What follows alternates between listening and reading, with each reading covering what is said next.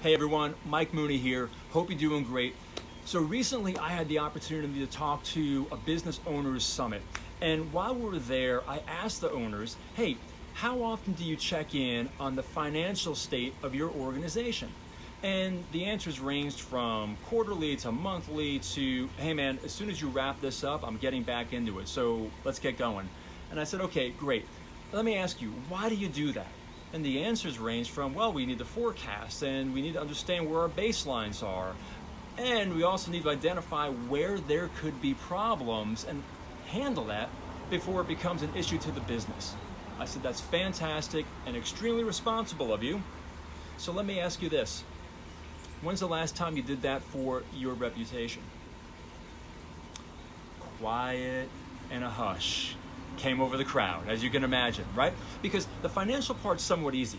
Abstract, black and white numbers, we can work with that. When it comes to our reputation, man, it gets personal fast. And it really does kind of freak people out because it makes them vulnerable. I know the folks that I've worked with on this before, so they say, it makes me extremely vulnerable. And in our society today, so many folks attach the word weakness to vulnerability, but I'm here to tell you that there is amazing strength in vulnerability if you have the courage to step into it, to evolve and grow and make an impact. So here are 4 quick steps that you can take to start your own reputation audit. There's more info at my website, but for the time we have right now, here we go. Step 1, get a core group of people that you trust. All right, and make sure these are people from different aspects of your life, your community, your work, your social, your faith, right, your family life, because we live in a multidimensional way. All right, and these are people that you trust. Make sure trust is in there, because when you have trust, then you know that the intention is pure and for your greatest good. And by virtue of that, you will get the greatest good. Now, these are individual conversations you're going to have with these folks. I don't want you to feel like I'm asking you to have an intervention. Not the case. Individual conversations, because then you're going to be able to identify where there may be trends and experiences and the behavior that people are experiencing with you and different aspects where there are gaps that you may want to start looking at. Secondly, let them know what you're doing. All right, that you're trying to grow, you want to get better, and have questions ready for them. Hey, do you know what my values are just by our interactions?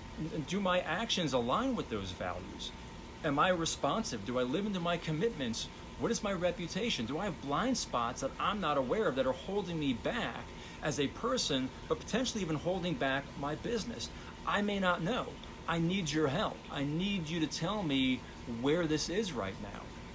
Next, do as Stephen Covey says, listen with the intent to understand, not with the intent to reply. So zip it, don't say anything, shut up, take notes, all right? And taking notes, you're gonna start to see where there may be trends or gaps, as we talked about earlier, in these different areas of your life. See, sometimes we rationalize decisions and think, it's not that big a deal, it's not gonna matter. When in reality, it actually does matter, and it does have an impact, and you see it playing out in these different areas where you go, oh my gosh, I had no idea. Now you know. Last part then, make your action plan. Identify the 1 or 2 areas where you know you can have an impact, where you can start looking at your behavior and aligning it better with those values. And with time and consistency, you're gonna start closing those gaps. And ask those people, hey, stay with me, check in. If you're seeing that I'm not living into my authentic way of living that means something to me, I need your help. But don't be surprised if they don't ask you to return the favor and do the same thing. You see, it's really tough in this world right now to read the label when you're living inside the jar. So reach out, talk to people, get the folks you trust.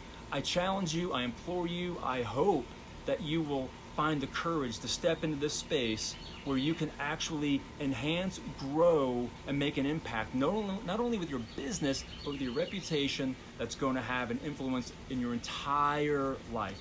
So cheers to you and best of luck.